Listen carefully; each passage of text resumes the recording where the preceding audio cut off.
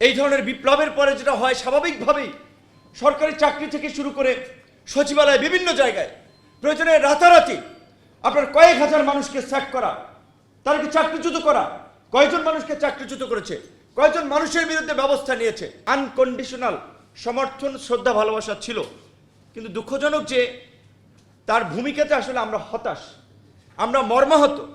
জাতি তাকে এই জাতির সংকটকালীন সময়ে নেতৃত্বের ভার তুলে দিয়েছেন, কিন্তু তিনি দক্ষতার পরিচয় দেননি। তিনি জাতির পালস সঠিকভাবে বুঝতে পারেন নাই, যেটা তার ইন্টারভিউতে নিউজের সম্পাদক জনাব নুরুল কবিরের সাথে 40 মিনিটের ইন্টারভিউটা যদি আপনারা দেখেন বুঝতে পারবেন যে রাষ্ট্র পরিচালনার, দেশ পরিচালনার ন্যূনতম প্রস্তুতি কিংবা চিন্তা ভাবনা আমাদের সদ্য স্যারের দায়িত্ব নেওয়ার পূর্বে কিংবা দায়িত্ব নেওয়ার সময় বোধহয় চিন্তা ভাবনা করেন না। এবং গত কয়েক মাসের তার সরকারের যে মুভমেন্ট এবং তার সরকারের যে ভূমিকা, সেটা জন আকাঙ্ক্ষার বিপরীত। আমরা ফ্যাসিবাদের বিরুদ্ধে লড়াই সংগ্রাম করে রক্ত দিয়ে, জীবন দিয়ে এই পরিবর্তন এনেছি। এই পরিবর্তনের পরে আমাদের প্রধানতম দাবি ছিল এই শান্তিপূর্ণ ছাত্র আন্দোলনে, ছাত্র জনতার অভ্যুত্থানে যারা হামলা চালিয়েছে, গুলি চালিয়েছে, হত্যা চালিয়েছে, তাদের বিচার করা, তাদেরকে গ্রেপ্তার করা, তাদের বিরুদ্ধে যথাযথ ব্যবস্থা নেওয়া। কিন্তু গতকালকে আপনারা ইন্ডিয়ার একটি পত্রিকায় সাবেক স্বরাষ্ট্রমন্ত্রী, এই ফ্যাসিবাদের অন্যতম মাস্টারমাইন্ড আসাদুজ্জামান খান কামালের ইন্টারভিউ শুনেছেন। 5 তারিখের পরে 6-7 তারিখ পর্যন্ত তিনি দেশে ছিলেন, তারপরে নিরাপদে পালিয়ে গেছেন। এই সরকারের এই 5 মাসেও এই ফ্যাসিস্ট রেজিমের সাথে সংশ্লিষ্ট অনেক শীর্ষ নেতৃবৃন্দ রাষ্ট্রীয় প্রোটোকল নিয়ে তারা নিরাপদে পালিয়ে গিয়েছেন। সরকারের যারা উপদেষ্টা পরিষদ, গোয়েন্দা সংস্থা থেকে শুরু করে আইন শৃঙ্খলা বাহিনীর যারা কাজে নিয়োজিত, তারা টেরও পান নাই, পেয়েছেন, তারা জানতেন, কিন্তু তারা ব্যবস্থা নেন নাই। এই ধরনের বিপ্লবের পরে যেটা হয় স্বাভাবিকভাবেই সরকারি চাকরি থেকে শুরু করে সচিবালয় বিভিন্ন জায়গায় প্রয়োজনে রাতারাতি আপনার কয়েক হাজার মানুষকে স্যাক করা, তাদেরকে চাকরিচ্যুত করা, কয়জন মানুষকে চাকরিচ্যুত করেছে, কয়জন মানুষের বিরুদ্ধে ব্যবস্থা নিয়েছে। আবার ব্যবস্থা নিবে কি? ব্যবস্থা নিতে গেলে দেখা যায় বিভিন্ন রকমের তদবির, সুপারিশ। আমরা যারা ফ্যাসিবাদের বিরুদ্ধে কথা বলছি, আমি দুঃশাসনের অবসানের বিরুদ্ধে লড়াই করেছি, আওয়ামী লীগকে নিষিদ্ধের কথা বলছি, তারাই তলে তলে দল ভারী করার জন্য আওয়ামী লীগের লোকজন নিচ্ছি, এই আওয়ামী লুটেরা তন্ত্রের সহযোগী মাফিয়া এবং দুর্বৃত্তদেরকে সহযোগিতা করছি, পৃষ্ঠপোষকতা করছি। এস আলম নিয়ে খুব আলোচনা হচ্ছে বাংলাদেশে।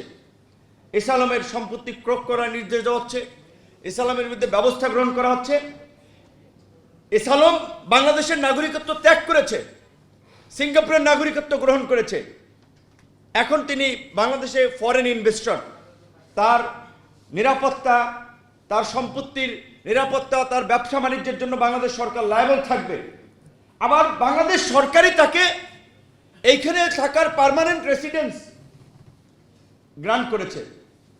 একদিকে তিনি বাংলাদেশ থেকে, ব্যাংক থেকে এই দেশের জনগণের লক্ষ লক্ষ কোটি টাকা লোপাট করে সিঙ্গাপুর, সাইপ্রাস, মালয়েশিয়া বিভিন্ন দেশে পাচার করেছেন।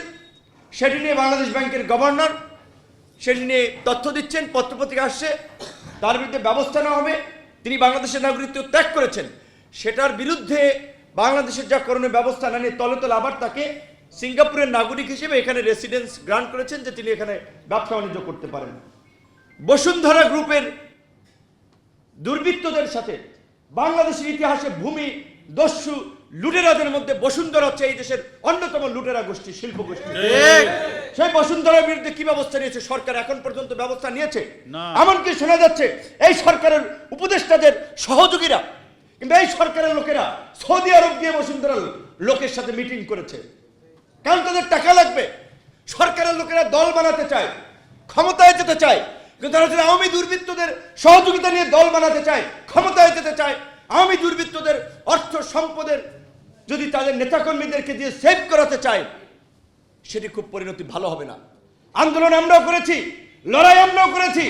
এই গণ অধিকার পরিষদ হতে পারে একটি ছোট্ট সংগঠন, সারা বাংলাদেশে আনাচে কানাচে গণ অধিকার পরিষদের বার্তা পৌঁছে গেছে।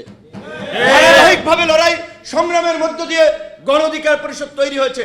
আমরা গর্ব করে বলতে পারি বয়স রাজনৈতিক দলের অল্প হতে পারে, কিন্তু বাংলাদেশের ইতিহাসে গণ অধিকার পরিষদ একমাত্র রাজনৈতিক দল যারা ধারাবাহিক লড়াই সংগ্রামের মধ্যে দিয়ে স্রোতের বিপরীতে রাজনৈতিক দল হিসেবে নিজেদেরকে উত্থাপন করেছে, তৈরি করেছে, জনগণের সামনে উপস্থাপন করেছে।